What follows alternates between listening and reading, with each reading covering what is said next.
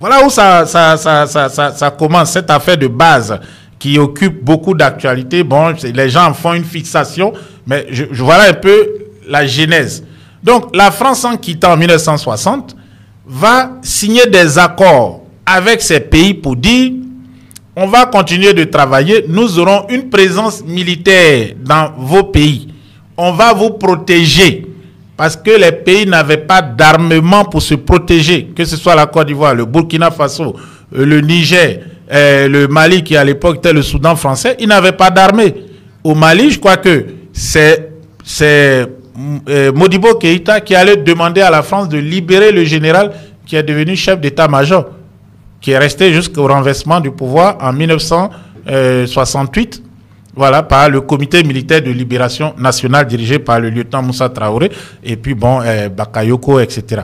Donc voilà un peu comment ça s'est passé. Donc la France fait signer des accords où elle ouvre des bases militaires dans les pays. Mais à votre avis, une base militaire à Ouagadougou, quelle est l'utilité? Il fait chaud, ils ne sont pas habitués à la chaleur. Donc bon, au Mali aussi, c'était la même chose. Avant même Moussa Traoré, oui, au temps du président Modibo Keïta, il n'y avait pas de base militaire. Donc, le meilleur emplacement d'une base militaire, c'est dans un pays côtier. C'est ainsi qu'ils vont ouvrir la base de Port-Boué. Vous comprenez maintenant l'histoire de la base de Port-Boué. Port-Boué, c'est le port. Bon, mais on n'a pas dit Port-Boué parce que c'était port. C'est Boué-Wilomez. Boué-Wilomez était un militaire administrateur colonial français. Et on a donné son nom à un port, c'est-à-dire Port-Boué. Boué-Wilomez. C'est l'entrée de la Côte d'Ivoire qui est là, Port-Boué là. C'est un point stratégique très très important. Et le canal de Vridi qui est aussi à Port-Boué, c'est un point stratégique. Et c'est comme ça il s'est dit que les Français contrôlent la porte d'accès à la Côte d'Ivoire depuis Port-Boué. Parce que la base de Port-Boué là, dont vous parlez, si la France décide de fermer la Côte d'Ivoire, ils le font maximum en 1 heure. Parce que le canal de Vridi est fermé. Le canal de Vridi, ça ne vous rappelle pas un autre canal? Le canal de Suez. La France et l'Angleterre ont lutté contre l'Égypte en 1956 pour garder le contrôle du canal de Suez parce que c'est eux qui l'avaient construit, bon, financé par la banque Rothschild. Et le président Nasser, un jeune officier panarabiste qui avait pris le pouvoir en chassant le roi Farouk.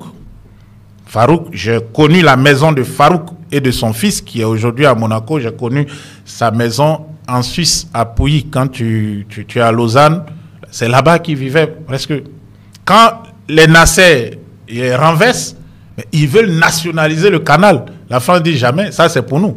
Celui qui contrôlait le canal de Suez contrôlait le commerce mondial, en tout cas 80% du commerce mondial.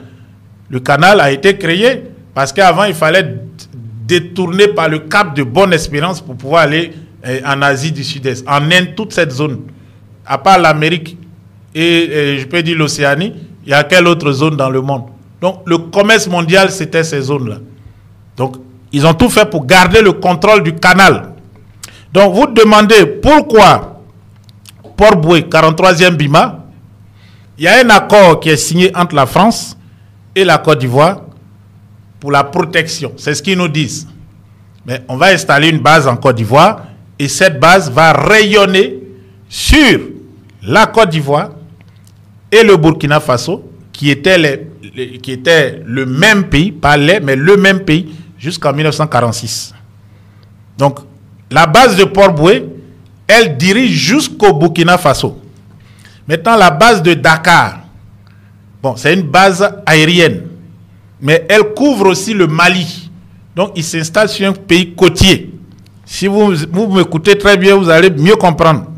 La base militaire, il y a une autre base qui est créée au niveau du Bénin, mais c'est lorsque le président là va arriver, Mathieu Kérékou, qui va demandé que cette base-là, bon, sera fermée, mais ils ont toujours été quand même là. Et de là, ils avaient quand même une vue sur le Niger.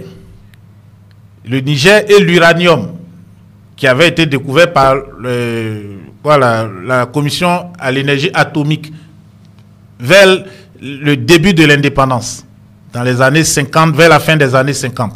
Et c'est d'ailleurs pour cela que Djibo Bakary n'a jamais pu accéder au pouvoir, parce qu'il était hostile à la France.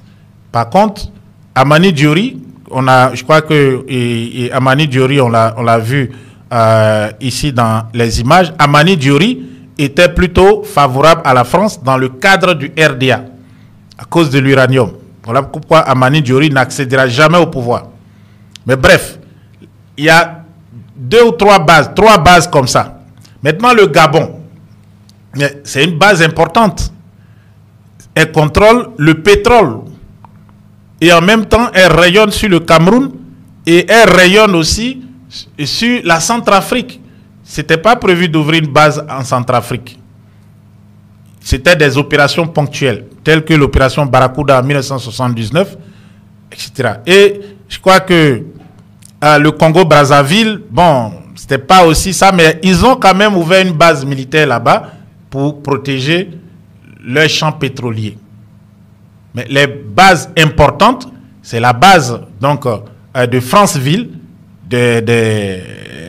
au Gabon, la base de Port-Boué et la base de Dakar. Voilà les trois bases importantes que la France veut garder à tous les coups en Afrique. Donc vous avez compris pourquoi il y a eu cette anticipation de coup d'État au Gabon. Et pourquoi, malgré que les Sénégalais ils se retournaient contre la France en soutenant Sonko et Bassirou Diomaye Faye, la France a fait mains et pieds pour garder de bons rapports avec ses présidents. Et à travers eux, la jeunesse sénégalaise. Et c'est pour cela que la France fera tout pour conserver la Côte d'Ivoire. Il y a d'ailleurs le commandant du commandement militaire pour l'Afrique est venu pour présenter le nouveau commandant de la base du 43e BIMA au général chef d'état-major de l'armée ivoirienne, général Doumbia. C'est une base stratégique très très importante pour la France, qui ne vont pas perdre. Donc la base, c'est un combat. Ce n'est pas un combat militaire, mais c'est un combat politique. Parce que si c'est l'opposition, je veux dire PPACI, peut-être GPS qui arrive au pouvoir, ils vont demander la fermeture de la base. Dans ce cas, on observe la période de 6 mois. Il faut aviser 6 mois avant. C'est ce qui est inclus dans les accords de défense de 1961. Les accords étaient signés en 1961. Alors, pendant ces 6 mois, il y a beaucoup de choses qui vont se passer. Il peut même avoir un coup d'État. Il peut avoir une guerre civile. Il peut avoir beaucoup de choses pour permettre à la France de demeurer dans le pays et surtout garder cette base. Parce qu'elle est stratégique. C'est la porte d'entrée à l'Afrique de l'Ouest francophone. Parce que c'est le canal de Vridi, le plus grand port de l'Afrique francophone, où rentrent presque tous les marchandises. Vous avez vu récemment, il y a eu des visites de portes hélicoptères, de bateaux militaires français, des exercices militaires à San Pedro, parce qu'on se rend compte que le port de San Pedro aussi, c'est stratégique, parce qu'elle couvre tout l'ouest, le sud-ouest, le centre-ouest, le nord-ouest, et même au-delà, le Burkina Faso et le Mali. Donc c'est aussi stratégique. Donc, l'accord de défense a dit, la France peut ouvrir une base en Côte d'Ivoire. Mais ce sont les Français qui choisissent l'emplacement de la base. À l'époque, avant l'indépendance, en 1930, 40, à partir de 1930, lorsque la capitale est transférée à Abidjan, 1934, le 1er juillet 1934 exactement, la base militaire française, c'était le camp Gallieni, qui est aujourd'hui le siège de l'état-major de l'armée ivoirienne. Quand vous sortez par Boribana, vous allez voir ça sur la côte là. C'est le camp Gallieni. C'était le seul camp militaire français dans Abidjan. Voilà, ils avaient la police, la direction générale de la police, à l'époque, qui a été maintenant transférée à ce côté-là, à Bobo là-bas, c'était aussi un bâtiment français. Tous les bâtiments, la plupart des bâtiments du plateau, c'était des bâtiments de l'administration coloniale. Donc, il y avait ces bâtiments. Mais le seul camp militaire, c'était celui du camp Gallieni, qui est aujourd'hui l'état-major. Donc, quand il signe cet accord et qu'ils voient qu'il faut conserver la Côte d'Ivoire, mais qu'est-ce qu'ils font? Mais c'est eux qui imposent à Houphouët l'emplacement de la base. Il faut que ça soit clair dans l'esprit des gens. L'emplacement de la base, le choix de l'emplacement de Port-Boué. Port-Boué était déjà baptisé, c'est un Port-Boué. C'est-à-dire c'est là qu'on va s'installer. Parce qu'à Port-Boué, on contrôle l'entrée au port, on contrôle aussi l'entrée à l'aéroport. On est situé à proximité de l'aéroport. Vous savez, dans les pays européens, les aéroports les construisent vers la mer. Quand les avions sortent, ils ne décollent pas par la ville. On décolle toujours par la mer. Et quand on décolle par la mer, s'il y a un accident, comme vous vous rappelez l'accident de Kenyan Airways, l'avion tombe en mer. Voilà, donc on va sur la mer avant de revenir sur le continent. Donc, ils contrôlent ainsi l'aéroport, puisqu'ils sont à Port-Boué, ils sont au milieu, entre le port est set à Trècheville, mais l'entrée du port c'est Port-Boué, et contrôlent l'aéroport. Donc, ils ont choisi l'emplacement. L'accord a été signé, le camp a été ouvert.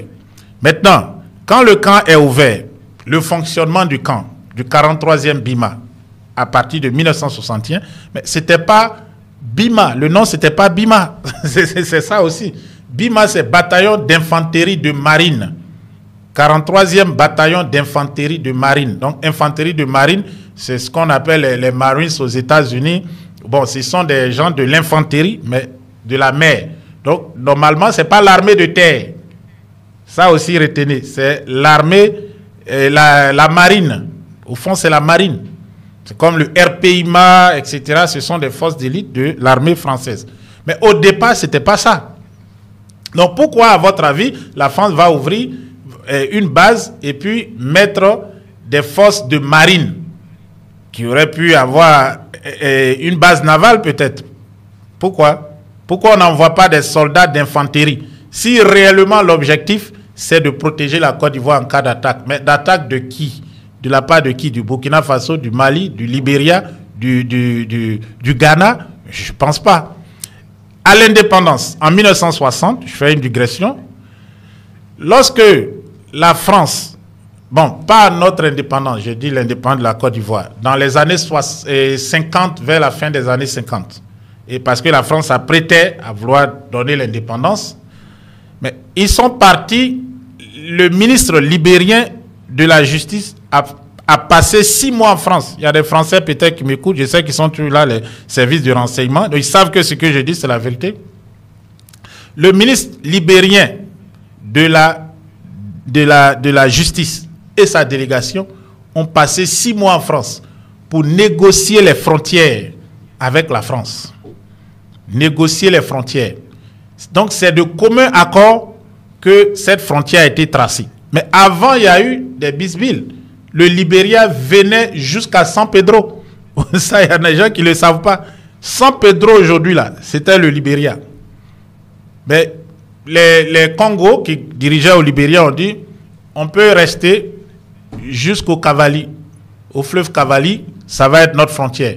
La France a payé le Libéria pour prendre ce territoire qui va de San Pedro à Grand Bérébi, à Tabou et à, comment on appelle ça, bon, même Grabo jusqu'à Soublaké, à l'île de Soublaké, etc. Cette partie-là, la France a payé de l'argent au Libéria qui avait besoin d'argent à l'époque. Donc, ils leur ont vendu, le Libéria a vendu une partie de son territoire à la Côte d'Ivoire. C'est ça qui est San Pedro aujourd'hui. Retenez bien ceci. Ensuite, puisque ça a été négocié pacifiquement, comme l'Angleterre et la Côte d'Ivoire ont négocié pacifiquement aussi la frontière avec le Ghana, à part le problème du 108, qui était un protectorat britannique. Ensuite, bon, les Anglais ont donné ça aux Français, on ne sait pas quel deal. Donc, il n'y avait pas réellement de problème, à l'exception d'un petit conflit frontalier avec le Ghana, où souvent ils se croisaient là, mais il n'y avait pas vraiment d'ennemis autour de la Côte d'Ivoire. Mais si est-ce que la France veut défendre la Côte d'Ivoire, qu'est-ce qu'il doit faire? Ce sont des forces terrestres, puisque la Côte d'Ivoire, ce n'est pas un pays qui est entouré par la mer. Et la Côte d'Ivoire n'a pas un voisin qui a une marine forte qui peut venir l'attaquer. Donc, ce ne sont pas des forces d'infanterie de marine qu'on doit positionner en Côte d'Ivoire. Ce sont des forces d'infanterie terrestre, de l'armée de terre. Mais posez-vous la question, pourquoi est-ce que ce sont des forces d'infanterie de marine? Mais le BIMA arrive dans les années 70, la deuxième moitié des années 70. La première moitié, où à l'indépendance de 1961 à cette première moitié des années 70, mais le 43e BIMA que vous connaissez, c'était, à l'époque, il y avait, on disait camp militaire français. Mais les forces qui étaient là, on les appelait le RIAOM, le régiment interarmé d'outre-mer. C'était pas BIMA, c'était le régiment interarmé d'outre-mer. C'était un mélange de toutes les forces militaires. Il y avait même des policiers. Il y avait des policiers. Il y avait des douaniers français. Il y avait des gendarmes français.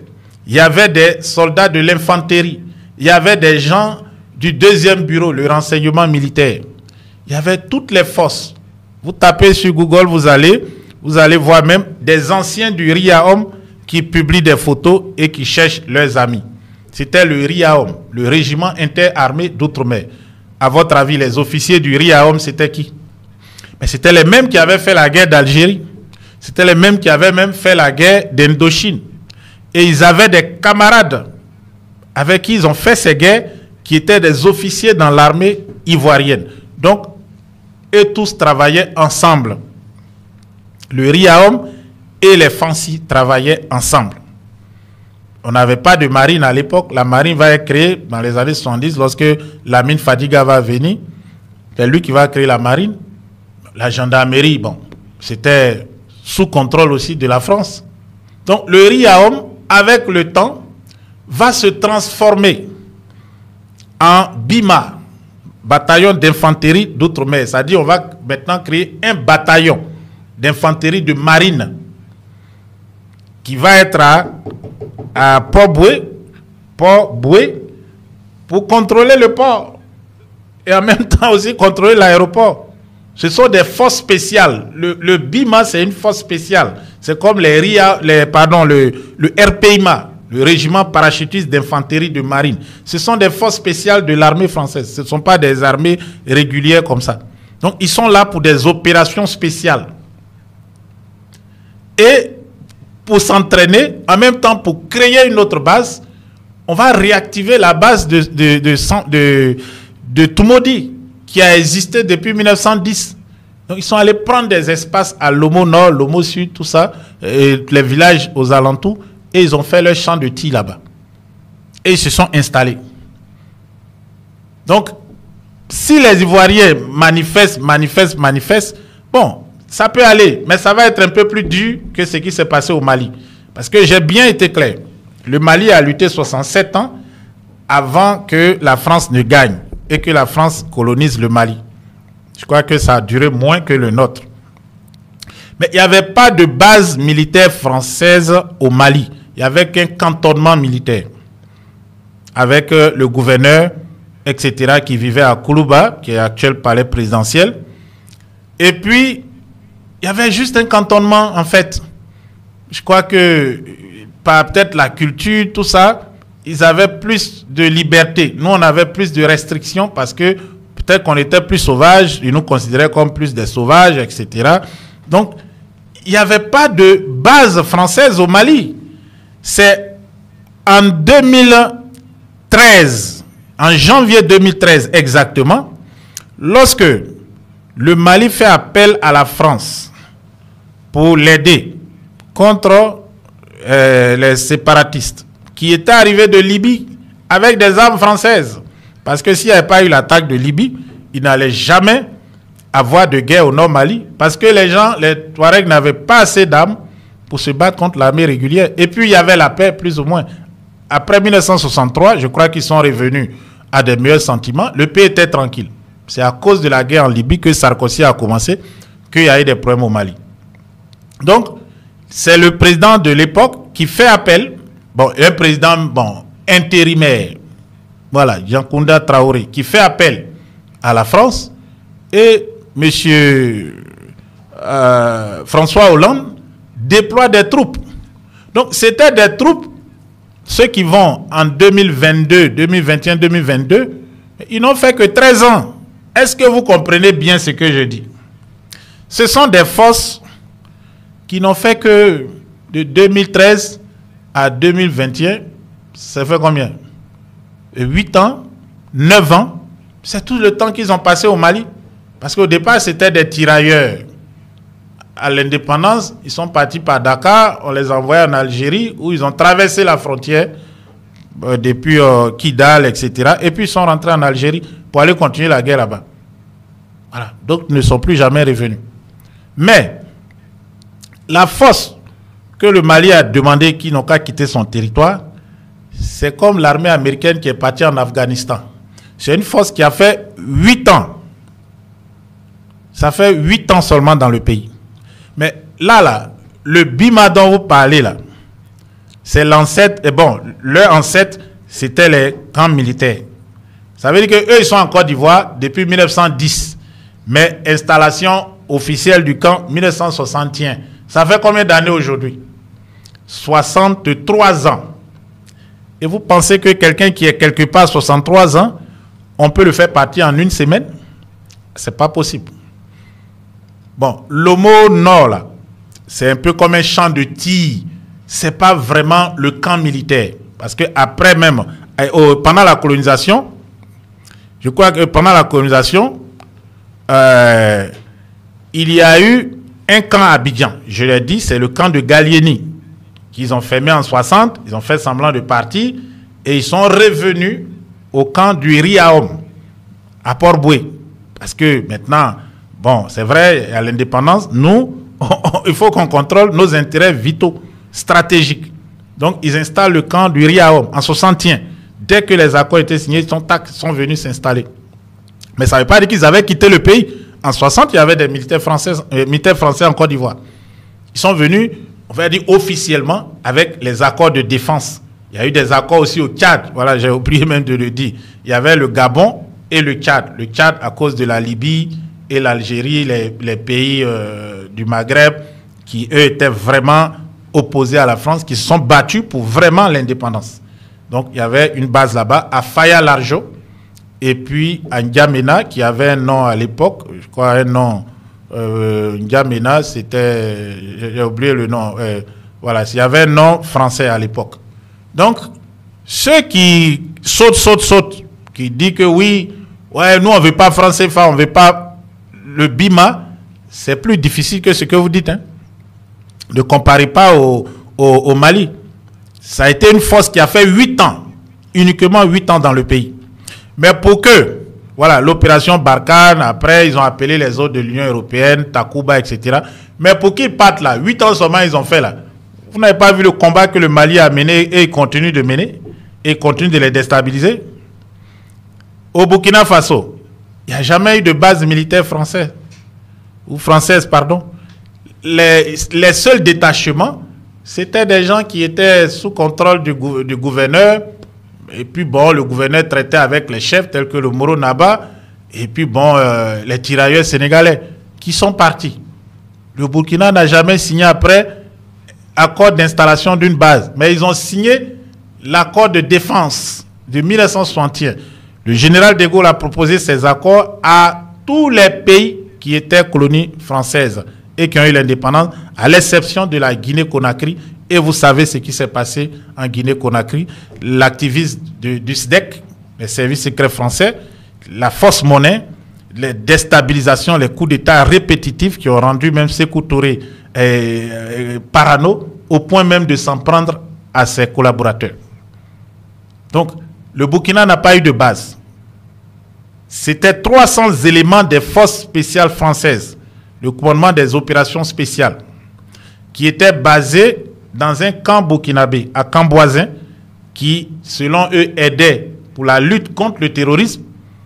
Voilà, c'est à ceux-là que les nouvelles autorités ont parlé. Le capitaine Ibrahim Traoré a dit, vous partez, on peut se débrouiller.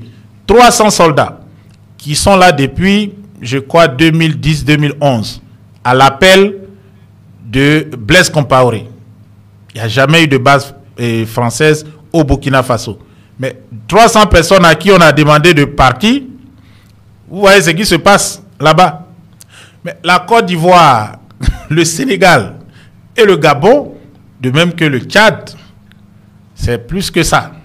Mais surtout la Côte d'Ivoire, les 4 pays que j'ai cités là, qui est le plus important selon vous? Vous pouvez répondre à la question. C'est quoi le pays le plus important? Côte d'Ivoire, Sénégal, Gabon et puis l'autre, Tchad. Le pays le plus important, c'est quoi? Voilà. Ouais, Fort Lamy. Le fort de le camp de N'Djamena.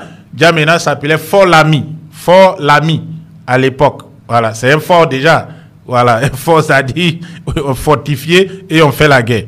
C'est quoi le pays le plus important? Mais c'est la Côte d'Ivoire. Donc, vous ne pouvez pas être dans vos salons, dire qu'on va chasser la France. Je vous préviens, la France, pour partir, il faut qu'on signe 6 mois à l'avance. Et ça, le ministre de la Défense doit se rendre à Paris. Ils doivent négocier. Bon, là, voilà, le démantèlement du camp. Ils doivent signer cet accord et c'est un démantèlement progressif. Et durant ces 6 mois, vous savez ce qui peut se passer?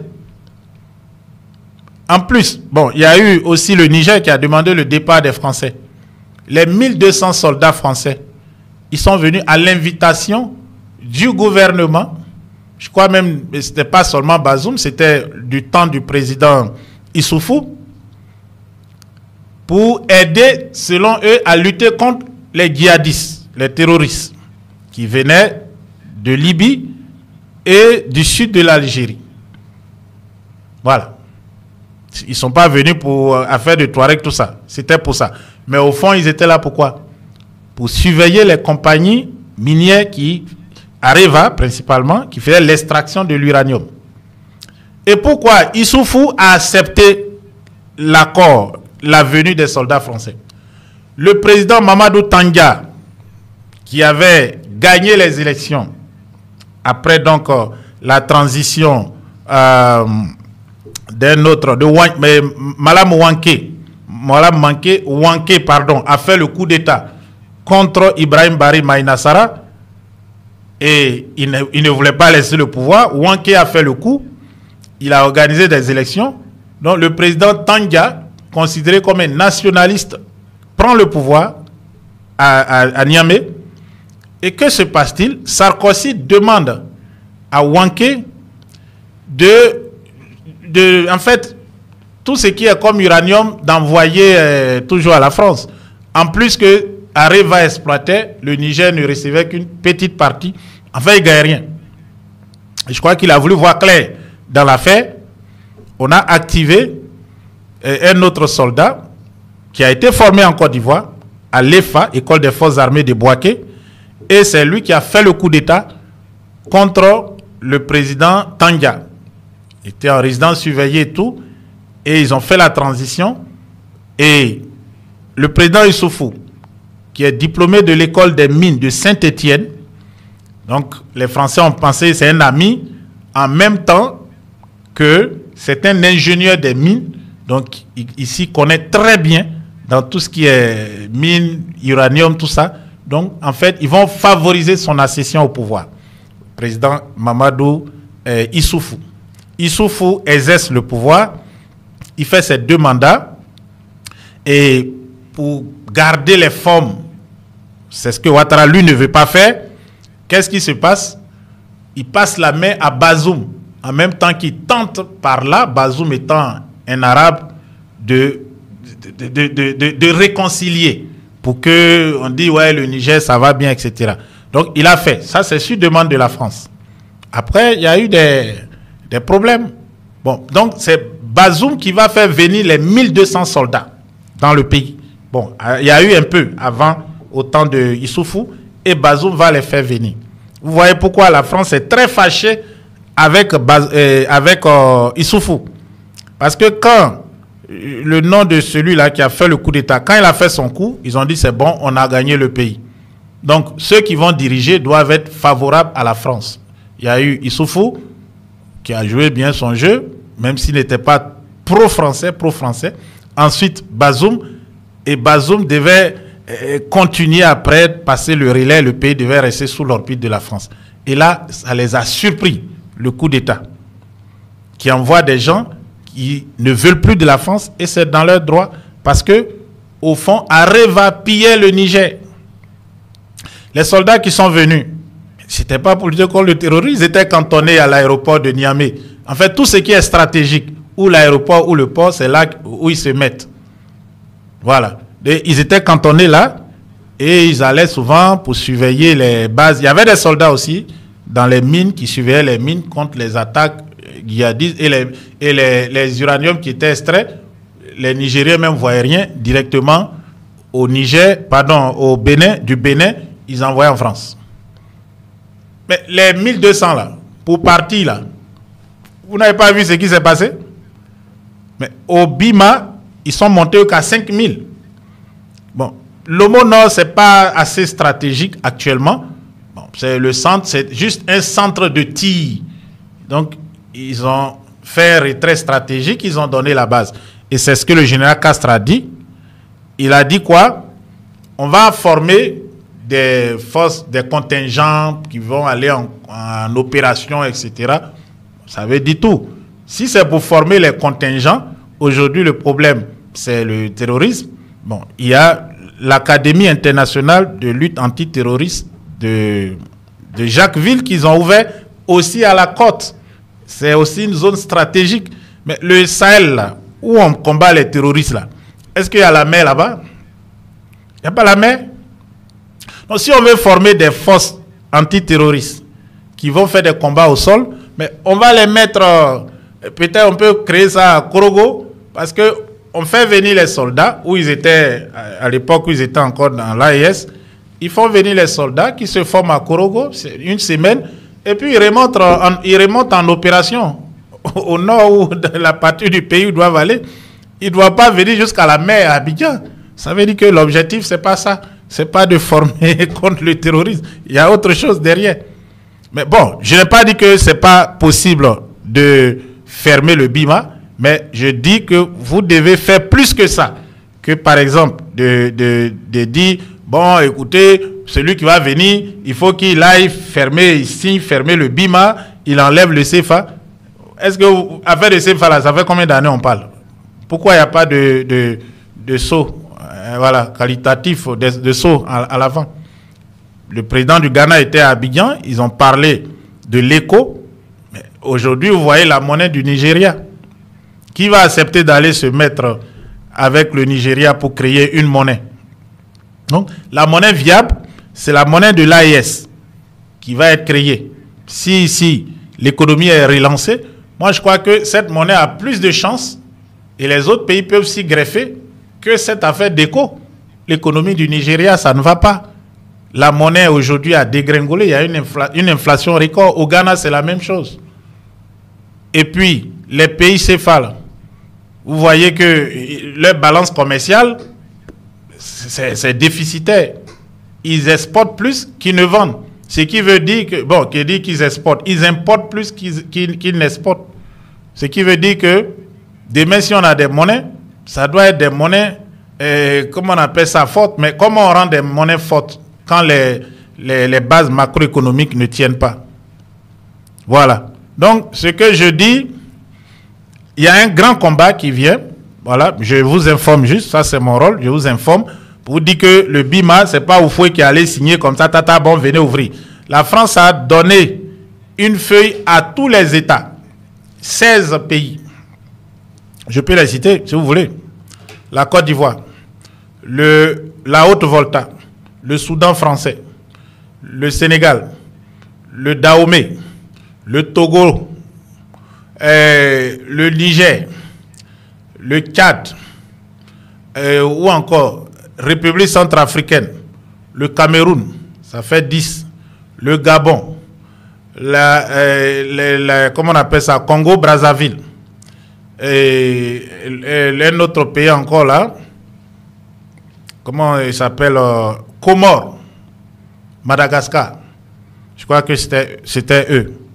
Bon, le CFA, il y a des pays, d'autres qui ne parlent pas le français qui sont venus, tels que comment on appelle ça, le Congo, non, pardon, pas Congo, ce pays, la Guinée équatoriale et la Guinée-Bissau qui sont venus.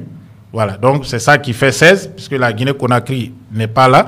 Donc, tous ces pays ont signé les accords de défense. Voilà. Voilà, tous ces pays ont signé les accords de défense. Maintenant, la France avait le choix de décider d'installer une base si c'était stratégiquement important ou au moins d'intervenir quand ils avaient besoin. Est-ce que vous comprenez? Au Comores, vous avez entendu parler de Bob Denard, qui a fait autant de coups d'État là-bas, qui était le patron de la garde présidentielle. Mais c'était dû à ces accords, parce que la France pouvait déployer des soldats là-bas. Au Congo-Brazzaville, bon, même le Congo Léopoldville, qui n'était pas colonie française, est passé après sous la colonie, sous la coupole de la France. Parce que la Belgique est trop petite, c'est la France qui assurait tout là-bas avec Mobutu. Donc tous ces pays ont signé des accords. Il y a eu le saut des parachutistes au Katanga sur Kolwezi en 1979, des légendaires du 2e régiment étranger de parachutistes. Voilà, bon, peut-être pour parler de ça, si la France voulait, c'est-à-dire avoir une base, une armée pour défendre ces pays, bon, comme la Côte d'Ivoire, peut-être c'est même le 2e REP qui devait être présent en Côte d'Ivoire, ou un bataillon en tout cas de commando para, infanterie, voilà, quelques blindés légers, voilà, d'opérations donc d'infanterie, etc., des véhicules de transport de troupes, mais pas un bataillon d'infanterie de marine. Mais bref, il est là. C'est pas la volonté d'Houphouët-Boigny, contrairement à ce qui se raconte. Ça a été une imposition de la France à ses colonies. Et après, ils ont choisi dans quel pays ils devaient ouvrir des bases. Le Sénégal, stratégique. Le Sénégal a toujours été stratégique. On se rappelle même de l'esclavage en 1500.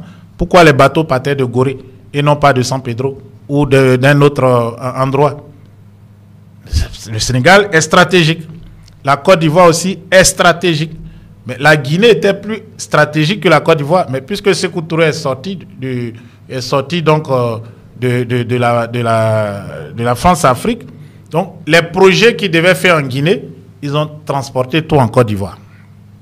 Voilà. Parce que la Guinée avait le bauxite, très important. C'est avec ça qu'on fait l'aluminium. Et c'est avec l'aluminium qu'on fabrique les matériels de guerre militaire. Retenez ça aussi. Donc, si c'était aussi facile, je crois qu'en 2003-2004, le président Gbagbo aurait pu demander la fermeture de la base. Parce que ils disent qu'ils louent. C'est une période. Il faut signer, vous êtes là, il faut signer, vous êtes là, etc. Mais ils n'ont rien fait. Il y avait donc le BIMA, donc la base qui doit être là dans le cas des accords de défense, et la force LICON qui était là dans le cadre d'une résolution du Conseil de sécurité des Nations Unies. Donc c'était deux forces différentes. Voilà. La force du BIMA et la force LICON. Mais ils se sont tous retrouvés au BIMA. Parce qu'en réalité, le camp avait beaucoup d'espace. On pouvait héberger des milliers de soldats. C'est comme un territoire. C'est tellement vaste. Donc, on peut fermer l'Omo Nord, l'Omo Sud, mais jamais on va fermer Port-Boué. Je pense que M. Ouattara a donné tout le terrain qui est là, entre l'aéroport et puis le canal de Vridi, à, comme on appelle ça, à la force française. Mais qu'on appelle maintenant, si vous avez aussi bien retenu, il y a un changement de nom. Ce n'est plus 43e BIMA, mais c'est Force française en Côte d'Ivoire, FFCI. Voilà, donc c'est sur ça qu'on va se quitter. Ce n'est pas BIMA, c'est FFCI. On est parti du RIAOM au BIMA. Et maintenant, on est venu au FFCI. C'est-à-dire que ce n'est plus seulement infanterie de marine. Il y a l'armée de l'air qui utilise l'aile de l'aéroport d'Abidjan. Avant, c'était GATL, la base aérienne d'Abidjan. Ils utilisent la base aérienne de Bouaké. Ils font des débarquements héliportés avec des portes hélicoptères tels que le Tonnerre à San Pedro. Donc, c'est une base navale. On a l'Omo Nord, même fermé, qui va servir toujours à l'entraînement donc de ces forces qui sont à Abidjan. C'est juste les FACI qui prennent le contrôle du camp, mais les Français peuvent venir toujours s'y entraîner parce qu'il y a des accords de défense entre la Côte d'Ivoire et la France. Et il y a aussi Fetekro à Bouaké, ça c'est les armes lourdes, les bombes, c'est entre les montagnes là-bas. Et puis il y a ceux qui sont déployés dans le nord, les unités mobiles qui sont avec les FACI dans le nord. Bon, sûrement il y a des centres d'écoute, l'AES et puis de renseignements donc par satellite qui doivent être dans le nord de la Côte d'Ivoire pour contrôler ce qui se passe dans l'AES parce qu'ils n'ont pas renoncé. Voilà. Et il y a les Américains qui sont venus. Voilà. Pendant que vous parlez de BIMA qui est devenu FFCI, il y a aussi une base américaine. Et ça va vous surprendre. C'est la seule base militaire américaine sur le continent africain. Bon, à l'exception de Djibouti, bien sûr. Djibouti loue les bases. Il y a la Chine qui est là-bas, qui est là pour sécuriser les bateaux chinois qui passent donc par qui viennent du canal de Suez et qui vont passer par le détroit au niveau où les Houthites, voilà, c'est-à-dire on quitte la Méditerranée pour tomber dans l'océan Pacifique, où les Houthites, là. Donc, les Chinois sont là-bas. Ce sont ces Chinois, c'est une force navale. C'est eux qui sont venus défiler au défilé du 7 août dernier en Côte d'Ivoire. Il y a les Américains là-bas. Donc, le commandement militaire américain, le Africa Command, a une base, même s'ils sont basés à Stuttgart, en Allemagne.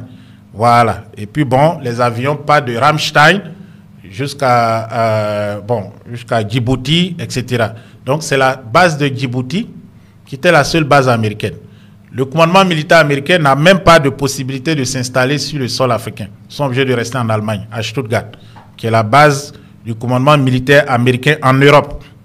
Voilà, l'OTAN est à Bruxelles. Le commandement militaire américain se trouve en Allemagne. Il y a la base de Ramstein. Voilà, on a Heidelberg, on a aussi Stuttgart, etc. Ce sont des villes militaires américaines.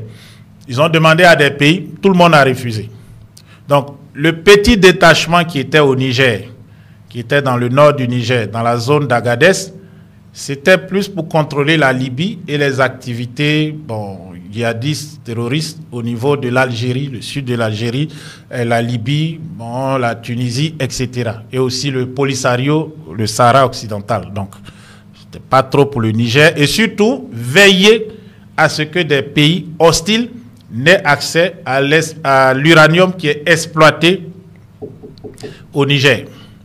C'était un petit détachement. Personne ne savait qu'ils étaient là-bas, sauf lorsqu'il y a eu une attaque terroriste et il y a eu des soldats américains qui ont été tués. C'est là que même les Américains ont découvert qu'il y avait un détachement de forces spéciales. Ce sont des forces spéciales qui étaient présentes donc, dans cette partie de l'Afrique. Donc, à l'exception de Djibouti, il n'y a aucune base américaine. Donc, le Niger a demandé aux États-Unis de fermer donc cette base qui a été construite à 100 millions de dollars, 50 milliards. C'est une base de drones, donc c'est pour le renseignement opérationnel. Donc, ils ont fermé, ils n'ont pas fait de problème. Donc, Alassane Ouattara s'est précipité aux États-Unis ou aux Américains pour leur dire, moi, je suis preneur. Venez, je vais vous donner un coin, vous allez construire votre base. Vous pouvez même faire ce que vous voulez. Donc, à Odiéné. Donc, les forces spéciales, ce sont les Special Forces qui étaient basées au Niger. Ils sont venus donc à Odiéné. Et ils ont sûrement, ils vont avoir peut-être un petit camp de transit au niveau d'Abidjan. Parce que ce n'est pas des avions qui vont venir. Donc, Odiéné, ça ne vous dit pas, c'est chez monsieur. Donc, l'aéroport d'Odiéné, forcément, dans quelques temps, va avoir une aile militaire. Donc, une base aérienne à Odiéné Les Américains vont construire aussi sûrement leur base. Et il y a beaucoup d'avions de combat de la US Air Force et même des forces spéciales, tout ça, qui vont être basés dans cette zone, qui peut devenir un très grand camp militaire, même plus que le Bima. Et même à la longue, les Américains sont capables de transformer leur base en Côte d'Ivoire. Donc, dans ce cas, ils vont ouvrir une deuxième base à Abidjan, en siège du commandement militaire américain pour l'Africom. Parce que le général commandant d'Africom est très très présent en Côte d'Ivoire ces temps-ci. Il était même là quand ils sont allés faire des entraînements avec les FACI. Voilà, donc c'est pour que vous compreniez un peu, bon, ça c'est un peu de géopolitique, voilà, et stratégie. C'est un peu ce qui se passe. Donc les Français ne peuvent pas partir si les Américains viennent s'installer. C'est pas possible. Donc il faut peut-être qu'il y ait un changement de pouvoir par la force. Dans ce cas, les nouvelles autorités, s'ils sont proches de la Russie, peuvent faire comme ce qui s'est passé au Niger, mais ça va être un peu plus difficile. Voilà, ils vont se battre. On peut être surpris une fois, deux fois, mais jamais trois fois. Vous le savez. Même si on nous dit qu'il n'y a pas 203. Donc, si c'est un changement de pouvoir par la force, il y a la CEDEAO, tout ça, qui vont peut-être chercher à intervenir. Mais avant même le changement, la France va tout faire pour soutenir donc, le gouvernement qui lui est favorable. Voilà, pour ne pas perdre, en tout cas, un autre pays. Et surtout un pays aussi stratégique que la Côte d'Ivoire. Ça, c'est clair.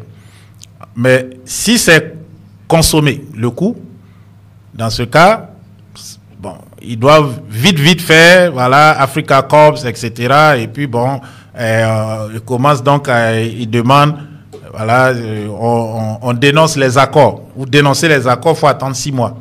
Et après ça, ils peuvent dénoncer aussi les accords avec les Américains et même les accords de transit. C'est ça que beaucoup oublient. Bon, il y a du matériel qui passe. Donc là, ça va être un peu plus corsé que ça. Donc, il y a deux possibilités. Si c'est un président qui est élu naturellement, il ne peut pas demander ces choses-là. Ça, je ne sais même pas pourquoi vous rêvez. Il ne peut pas. Il ne peut pas demander ça. Celui qui va demander ça ne peut jamais gagner une élection à la régulière en Côte d'Ivoire. Ne rêvez même pas. Maintenant, soit la France voit que les gens comprennent tout ça, donc elle peut anticiper, faire ce qui s'est passé au Gabon, pour avoir au moins un militaire à la tête du pays avec qui on a de très bons rapports. C'est les seules voies qui se posent là. Donc, si une partie de l'opposition engage le bras de fer, ils doivent aller jusqu'au bout. C'est-à-dire, aller jusqu'au bout, c'est faire appel à leur soutien. Parce que la France sera là pour aider ce pouvoir qui lui est favorable et qui lui permette d'avoir une présence militaire dans le pays. Voilà. Y compris aussi les Américains. Donc, c'est sur ce que je vais vous laisser.